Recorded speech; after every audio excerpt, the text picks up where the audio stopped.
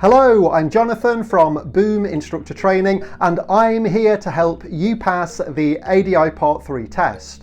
I will save you a lot of money, time and hassle.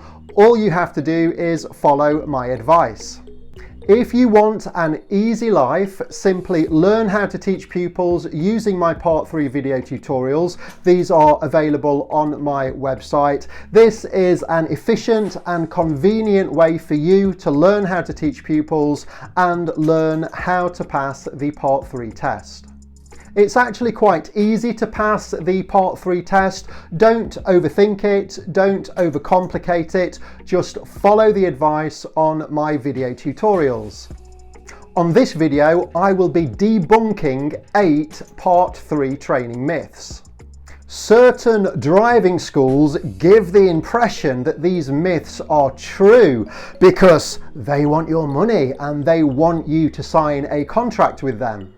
They want to charge you thousands of pounds for an expensive ADI training course, which isn't necessary, and ultimately they want to lease you a car and then charge you a weekly franchise fee.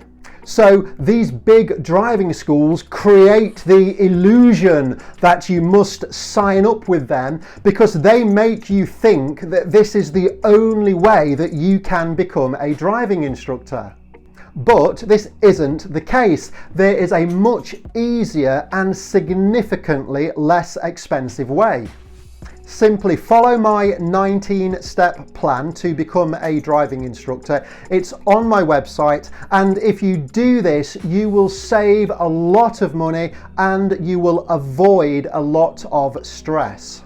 I'll now begin debunking these 8 Part 3 training myths, and you will learn the truth about Part 3 training. So let's make a start. Myth number 1, you must use a trainee license. This isn't true. You do not have to apply for a trainee license. Instead, you can practice teaching pupils leading up to your Part 3 test independently in your own car, giving free lessons, and avoid using a trainee license altogether. You don't need to have loads of practice teaching pupils leading up to your Part 3 test. About 20 hours practice will be sufficient. Myth number 2, you must have 40 hours training before you take the Part 3 test.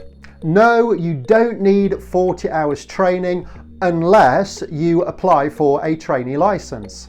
And even then, only 10 of the 40 hours needs to be in car. So you can use my video tutorials to count towards 30 of the required 40 hours. And if you do this, you will save yourself a lot of money. However, if you don't apply for a trainee license, there is no minimum amount of training required. Technically, there isn't a requirement to have any training if you don't apply for a trainee license. Of course, you will definitely need some good quality Part 3 training, and the easiest way for you to achieve this would be to use my video tutorials. Myth number 3, you must have in-car roleplay training. No, this isn't true. You don't need any in-car training unless you apply for a trainee license, and even then you only need 10 hours in-car training.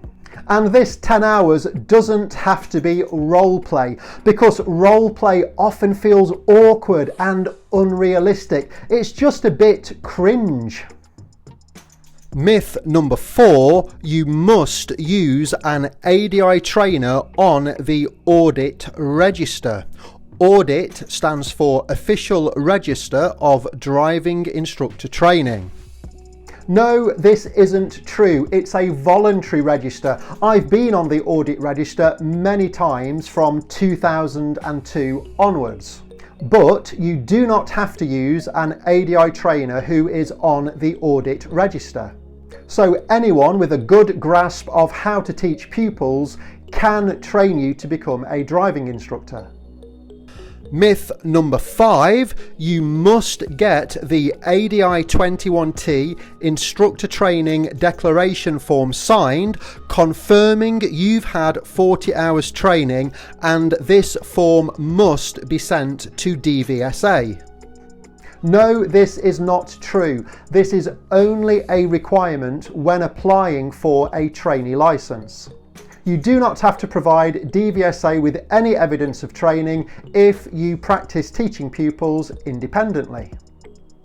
Myth number 6, you can only take your Part 3 test after receiving an additional 20 hours training on top of the 40 hours training you've already received. Again, this only applies if you use a trainee license. You will then have to pay for an additional 20 hours training on top of the 40 hours that you've already paid for, or you will have to pay your ADI trainer to supervise you on 20% of your lessons. However, if you practice teaching pupils independently, none of this applies.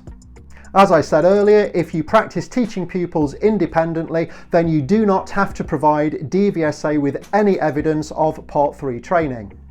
In this case, you would literally book the Part 3 test when you feel ready to take it, and then turn up on the day of your Part 3 test to the driving test centre in a suitable car with a pupil and take the Part 3 test. It really is that straightforward.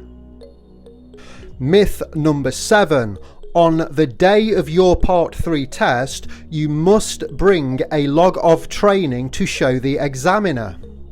No, this isn't true either. DVSA encourage you to bring a record of training, however, this isn't mandatory. The official DVSA guidance to ADI examiners states, before the Part 3 test begins, the examiner should ask to see the workbooks or other training documents used during the training. But if the PDI does not bring such records, this will not invalidate the test. So if you don't take any records of training with you when you take your Part 3 test, it really doesn't matter.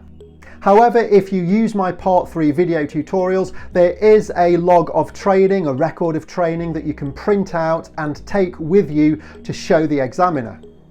Although the examiner will only have a quick glance at this anyway, because they will be eager to get your Part 3 test started as soon as possible. Myth number 8, a trainee license, also known as a PDI license or pink badge, increases your chance of passing the Part 3 test. No, I've seen no evidence of this. If using a trainee license is so good, why is the Part 3 pass rate only 35%?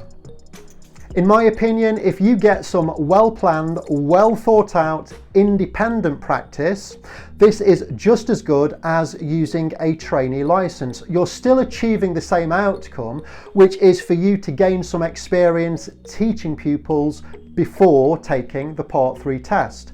And you've avoided all of the expense, commitment, and hassle of using a trainee license. Hopefully all of this has been food for thought, and now you understand these truths about Part 3 training, then you're in a better position to plan your individual approach towards Part 3 training.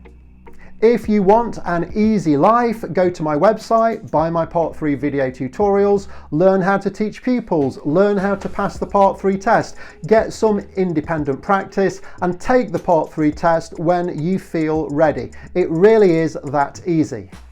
However, if you want to apply for a trainee license, that's fine. My Part 3 video tutorials can count towards 30 of the required 40 hours. If you found the information on this video helpful, please like and subscribe. I would really appreciate this. And do remember, when you're teaching pupils, keep it simple and enjoy it.